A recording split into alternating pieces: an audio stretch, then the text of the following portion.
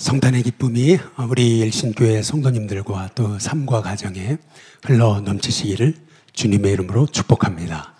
잠깐 기도하겠습니다. 좋으신 하나님, 예수님의 오심을 기뻐하는 성탄절을 우리가 보내며 이렇게 기쁨으로 예배드리게 하시니 참으로 감사를 드립니다. 성탄의 의미와 성탄의 축복을 깨달아 더욱더 우리의 삶에 세상이 줄 수 없는 참된 기쁨을 누리는 복된 시간이 되도록 인도해 주옵소서. 예수 그리스도의 이름으로 기도드리옵나이다. 아멘. 우리 옆에 뒤에 분하고 같이 인사하겠습니다. 메리 크리스마스. 예, 우리 앞에 아이들도 메리 크리스마스예요. 예, 메리 크리스마스. 예, 대답이 없는 그대요. 예, 감사합니다. 예, 예배 잘 드릴 거죠? 예, 대답이 없습니다. 예, 우리 한 번 더 옆에 뒤에 분하고 인사하겠습니다. 메리 크리스마스. 예, 우리 한 번 더 인사하겠습니다. 예수님 우리를 위해 오셨습니다. 예, 좀 더 밝게 우리 같이 인사 마지막으로 해보겠습니다. 복된 인생 되시길 바랍니다. 예, 많은 사람이 복된 인생이 되기를 원하죠. 하나님의 사람으로서 잘 살고 싶거든요. 그런데 인생이라는 게 잘 사라지질 않잖아요. 어떨 때 보면은 인생이 너무 억울하기도 하고, 그리고 인생이 너무 부당한 것 같아요. 감사보다는 원망이 가득하고요. 너무 내 인생만큼은 불공평하다라는 생각이 들 때가 있지 않습니까? 보아야 될 걸 봐야 되는데 보아야 될 걸 보지 못하고 눈이 삐뚤어져 있습니다. 바로 봐야 바로 살 수 있는데 이제 바로 보지 못하는 경우가 너무나 많은 거죠. 결국 인생이라는 것, 감사가 흘러넘쳐져야 복된 인생인데 감사보다는 늘 불평, 원망이 끊이지 않잖아요. 그러다 보니까 내 마음이 이제 무언가에 매여 있어요. 자유함이 없습니다. 이 문제를 해결하는 비결이 뭘까? 이 문제를 해결하는 비결이 오늘 말씀에 있습니다. 오늘 말씀의 제목은 예수님의 케노시스라고 하는 말씀인데요. 이 케노시스라고 하는 헬라어의 뜻은 뭐냐면은 낮춤, 비움이라고 하는 그러한 뜻이 있습니다. 하나님의 아들이세요. 근데 보좌를 버리시고 인간으로 낮아지셨어요. 그러니까 어느 정도 낮아지셨냐면은 아기가 되시기까지 이제 낮아지신 거죠. 자기를 비우지 않고서는, 자기를 낮추지 않고서는 이렇게 낮아지고 이렇게 낮은 곳에 오실 수가 없는 거죠. 한번 여러분도 여러분의 마음을 한번 비워보세요. 낮춰보세요. 그러면은요, 여러분의 인생이 달라질 겁니다. 그 비워진 마음에 하나님이 오십니다.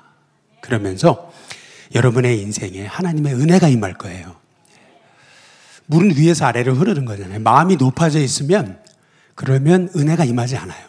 은혜가 없으니까 살아가는 게 고달픈 거예요. 사실은 은혜가 있으면은요, 인생이라는 거 살만 납니다. 참 보아야 될 것 볼 수 있고요, 마음에 매이지 않습니다. 기쁘고 행복하고 평안하고요. 인생이 짐이 아닙니다. 부끄러운 얘기 하나 드리면은, 새벽 기도를 마치면 요새 저희 아내한테 제가 혼나는 게 좀 있습니다. 그게 뭐냐면은, 사람이 왜 이렇게 설교하다 떠냐고 이렇게 얘기를 하는 거예요. 못 봐주겠다는 거죠. 좀 가만히 좀 있으라고. 유튜브 좀 한번 보라고. 얼마나 떠는지. 저기 있는데 죄송합니다. 그러면 여러분, 제가 유튜브를 볼까요? 남자의 자존심이 있죠. 안 보죠. 절대 보지 않죠. 그런데 마음이 자꾸 걸리잖아요. 내가 진짜 떠나? 왜 떨지? 생각을 해보니까 이제 그런 거예요. 새벽이다 보니까 정신이 덜 깨었거든요. 그러니까 잘해보려고 정신을 바짝 쓰고, 그리고 설교를 잘하려고 하다 보니까 몸에 힘이 들어가고 나도 모르는 사이에 떠는 거예요. 근데 제 아내가 얼마 전에 복음을 말해주더라고요. 그게 뭐냐면 주일은 안 떤다라는 겁니다. 그래서 내가 주일은 안 떨어? 예. 왜 안 떠는가 이렇게 봤더니 보니까 주일날은 다 맡기고요. 부담이 없는 것 같아요. 막 잘해보려고 막 하지 않고요. 그냥 맡기고 있는 것 같아요. 아, 여기에 비결이 있구나. 자꾸 내 마음이 뭔가 이렇게 막 부담감으로 채워지니까 나도 모르게 떨고 힘이 들어가고 막 그러는 거구나. 여러분, 오늘 말씀해 보시면은 예수님이 오셨어요. 우리를 구원하시기 위해서. 그런데 여관에 빈자리가 없대요. 그래서 강보에 쌓여서 예수님은 말구에 누이셨다. 근데 여기서 중요한 것은 빈자리가 없다는 말입니다. 빈자리라고 하는 말이 의미하는 것은 뭐냐면 빈 마음이 없는 거예요. 빈 마음이 없으니까 하나님이, 예수님이 우리 안에서 일하실 수가 없는 거예요. 여러분, 마음이 다른 것으로 채워지면요, 하나님도 어찌할 수 없습니다. 마음이 비워지는 것. 여러분, 이것이 케노시스예요. 낮아짐, 비워짐. 이게 케노시스라고 하는 말인 거거든요. 저는 우리 일신교회 성도님들의 마음이 정말 낮은 마음, 비워진 마음 되시길 주님의 이름으로 축복합니다. 그런데 불교하고 좀 다른 게 있어요. 그러면 불교도 마음을 비우라 그러는데 그러면 기독교하고 무슨 차이가 있는가? 차이가 조금 있습니다. 그게 뭐냐면은 불교는 마음을 비워서 결국 무아지경, 무를 만드는 거거든요. 그런데 기독교에서 얘기하는 테노시스, 자기 비움, 낮아짐, 마음을 비운다는 거. 여러분, 이 뜻은 뭐냐 하면은 마태복음 16장 24절에 나와 있어요. 우리 같이 한번 읽어보겠습니다. 같이 읽습니다. 시작. 이에 예수께서 제자들에게 이르시되 누구든지 나를 따라오려거든 자기를 부인하고 자기 십자가를 지고 나를 따를 것이니라.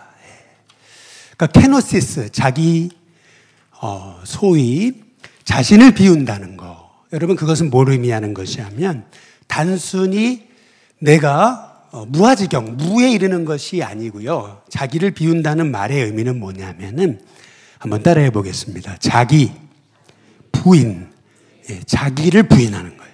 자아를 부정하는 거. 이게 케노시스, 자기를 비운다는 말의 뜻입니다. 실은요, 나를 따라오려거든 누구든지 자기를 부인한다. 그러니까 신앙생활의 출발점은 어디 있는 거냐면 자기를 부인하는 데서 시작하는 거예요. 자기를 부인하지 않으면은 사실 신앙생활이 제대로 이루어질 수 없어요. 이 자기를 부인한다는 말의 의미는 뭐냐 하면은 이런 말이에요.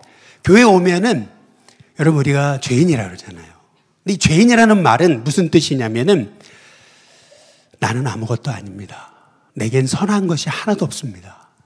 그래서 하나님이 필요합니다. 그래서 자기를 부인하는 마음을 통해서 결국 우리는 하나님을 의지하고 하나님을 갈망하게 되고 그래서 하나님의 도우심을 구하게 되는 거거든요. 그러니까 자기 부인의 목적은 뭐냐면은 결국 하나님을 의지하게 되는 거예요. 그래서 우리가 자기를 부인하기 시작할 때 이런 마음이 임하는 거예요. 하나님의 구원의 역사에 나 같은 사람을 끼워주신 게 얼마나 감사한가. 나 같은 사람이 구원받은 게 너무나 감사해서 하나님의 뜻에 민폐만이라도 안 됐으면 좋겠습니다. 그냥 나 같은 자를 구원하신 게 너무 감사해서 늘 불러주신 것만 해도 감사합니다. 그 감사와 감격으로 사는 거, 여러분, 이것이 자기 부인의 목적이 있는 거예요. 이 자기 부인이 된 사람은요, 실은요, 걸림돌 인생이 되지 않습니다. 사람들이 신앙생활 하면서도 많은 사람의 걸림돌이 되는 것은 자기 부인이 안 돼서 그래요. 실은요, 자기 부인이 되면 시험에 들 게 없습니다. 자기 부인이 되기 시작하면은요, 그러면요, 감동 인생이 되는 거예요. 예를 하나 들어보자면 이렇습니다. 제가 가끔 말씀드리지만 북한의 과거에 이 북한 땅에서 엄청난 복음 역사를 일으켰던 산정은 교회라고 있습니다. 근데 그 교회 담임 목사님이 누구셨냐면 그 유명한 주리철 목사님이셨고 그 교회 장로님이 누구냐 하면은 그 유명한 조만식 선생님, 조만식 장로님이셨어요. 근데 이 두 분의 관계는 어떻게 되는 거냐면 이 주기철 목사님이 조만식 장로님의 제자인 거예요. 그러니까 장로님이 스승이고 목사님이 제자인데 스승인 장로님이 제자를 자기 교회 담임 목사님으로 청빙해서 담임 목사님을 모신 거예요. 그런데 목사님이 딱 주일이 돼서 설교를 하려고 그러는데 이 조만식 장로님이 예배드린 거예요. 옛날에 목사님들이 대쪽 같았거든요. 그러니까 늦게 들어오는 장로님한테 뭐라 그랬냐면 뒤에 서 있으라 그랬어요. 근데 지금은 우리가 신발 신고 이제 여기 교회 다 들어오지만 옛날에는 신발 벗고 들어왔거든요. 그러니까 장로님이 신발 벗고 들어오다가 거기 서 있으라니까 그냥 신발 든 채로 예배 끝날 때까지 서 있었어요. 근데 끝날 때 이 목사님이 장로님한테 이제 마무리 기도는 장로님이 하시죠. 이제 그랬어요. 여러분, 만약 그렇게 된다면 자기 부인이 안 된 사람은 어떻게 되는 거냐면은 이런 거예요. 사람을 이렇게 다뤄도 유분수지. 사람을 뭘로 보는 거냐고. 이래도 되는 거냐고. 당신이 나하고 지금 내 제자 아니냐고. 그러면서 한번 소리 꽉 지르고 정말 치사해서 여기 못 있겠다고. 그래가지고 그냥 나가버릴 거예요. 보통 이게 자기 부인이 안 된 사람의 모습인 거예요. 그런데 놀랍게도 이 조만식 장로님은요, 목사님이 이제 마무리 기도는 장로님이 하시죠. 근데 딱 그랬더니 장로님이 하시는 말씀이 뭐냐면 그냥 바로 눈을 감고 기도하는 거예요. 하나님, 장로로서 성도들에게 예배에 본이 되지 못한 것을 회개합니다. 그리고 예배를 방해하고 목사님 마음을 불편하게 해드린 것을 회개합니다. 그러면서 진심으로 눈물로 회개하는 거예요. 여러분, 그랬더니 어떤 역사가 일어나는 거냐면요, 거기에 왔던 교인들이요 다 감동받는 거예요. 뿐만 아니라 그곳에는 믿지 않는 사람도 여러 와 있었는데 그들이 보고 교회는 이런 곳이구나. 야, 어떻게 나 같으면 저렇게 못했을 텐데. 그러면서요 처음 온 사람들도 다 진정한 그리스도인이 되기로 결단하는 거죠. 여러분, 복음은 뭐냐면 세상을 변화시키는 능력이거든요. 여러분 믿습니까? 세상을 감동시키는 능력, 이 능력이라는 말의 헬라어 말의 뜻은 두나미스라는 거예요. 이 두나미스라는 말에서 다이나마이트라는 단어가 나온 거예요. 그러면 세상을 변화시키는 능력이 우리한테 어디 있습니까? 그 능력의 출발점은요, 뜻밖에도 자기 부인에 있다는 거예요. 나를 부정하고, 그리고요, 나는 아무것도 아닙니다. 선한 게 내게 하나도 없습니다. 주님 없이 살 수 없습니다. 그냥 하나님의 은혜에 날 껴주신 것도 감사합니다. 민폐만 되지 않아도 감사합니다. 여러분, 이 마음이 결국에는요, 세상을 변화시키는 능력이 되는 거예요. 여러분, 이게 예수님의 캐노시스입니다. 하늘 권세를 버리시고 인간의 모습으로 아기가 되시기까지 낮아지신 예수님의 자기 낮춤, 비움. 여러분, 이게 성탄의 의미입니다. 그래서 오늘 빌립보서 2장 5절에서 7절에 보면은 이렇게 얘기하는 거죠. 우리 한번 같이 한번 읽어보실까요? 같이 있습니다. 시작. 너희 안에 이 마음을 품으라. 곧 그리스도 예수의 마음이니 그는 근본 하나님의 본체시나 하나님과 동등됨을 취할 것으로 여기지 아니하시고 오히려 자기를 비워 종의 형체를 가지사 사람들과 같이 되셨고. 여러분, 예수님의 자기 비움, 이게 케노시스인데 이게 우리가 가져야 될 그리스도의 마음입니다. 바로 여기에서 복음의 능력이 시작되는 겁니다. 이게 예수님이 보여주신 성탄의 의미입니다. 우리가 우리의 마음을 비워야 되는데 그 비운다는 것은 불교가 말하는 단순한 무아지경이 아니고 나를 부정하는 거죠. 나는 선한 게 하나도 없습니다. 난 아무것도 아닙니다. 그래서 주님의 은혜가 필요합니다. 여러분, 그 고백. 근데 놀랍게도 여러분, 이 고백 한마디로 세상이 바뀌어요. 살맛이 나요. 인생을 사는 눈이 달라집니다. 기쁨이 흘러넘치고요, 감사가 넘쳐납니다. 늘 인생이 부당한 것 같고 불합리한 것 같고 내 인생은 늘 불공평한 것 같은 내 인생 속에요, 정말 이 땅을 살아가는 진정한 은혜와 기쁨이 넘칩니다. 그런데 이 주님의 케노시스, 이 자기 비움의 영성, 이 영성은 우리에게 어떻게 주어지는 거냐면은 빌립보서 2장 여기 8절에 그 답이 나와 있어요. 어떻게 이 마음을 가질 수 있는가? 여기 보니까 사람의 모양으로 나타나서 자기를 어떻게 해요? 낮추시고. 자발적인 선택이에요.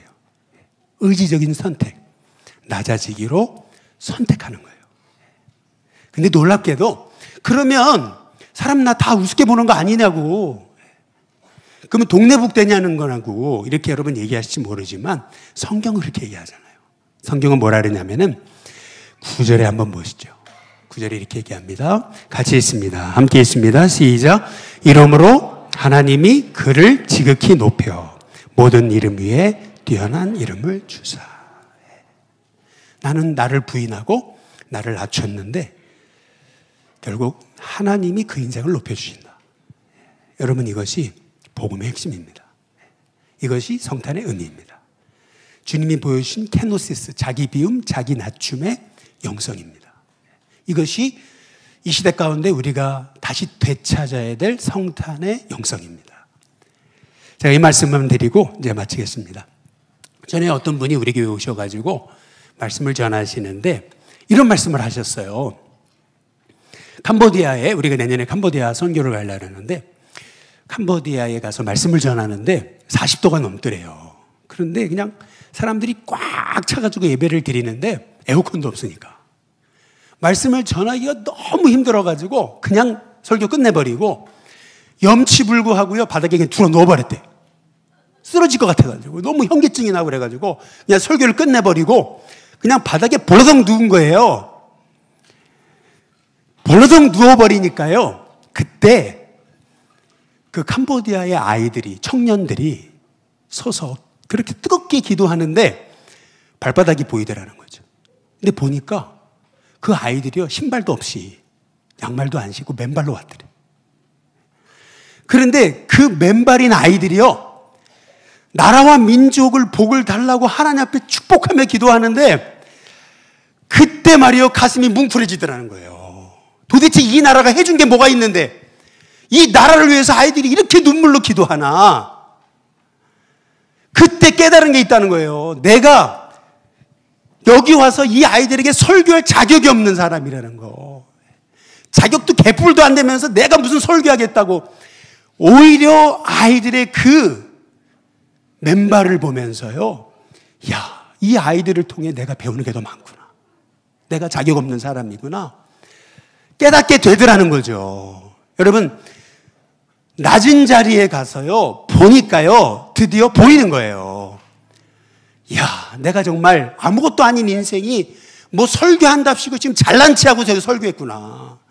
이 아이들이 더 귀한 아이들이었는데, 내가 더 배울 게 많은 거였는데, 마음이 낮아지니까요, 그러니까 안 보이던 게 보이더라는 거예요. 이 아이들이 얼마나 귀한 아이들인지 보이더라는 거지. 여러분, 우리의 마음이 낮아지는 은혜가 있게 되시기를 주님의 이름으로 축복합니다.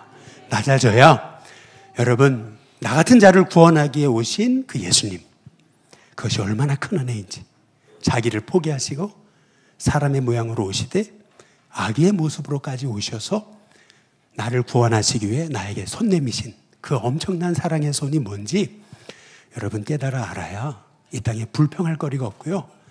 정말 나 같은 자를 구원하신 것이 너무 감사해서 이제는 늘 내 인생은 나를 구원하신 하나님의 은혜에 감사하며 삽니다.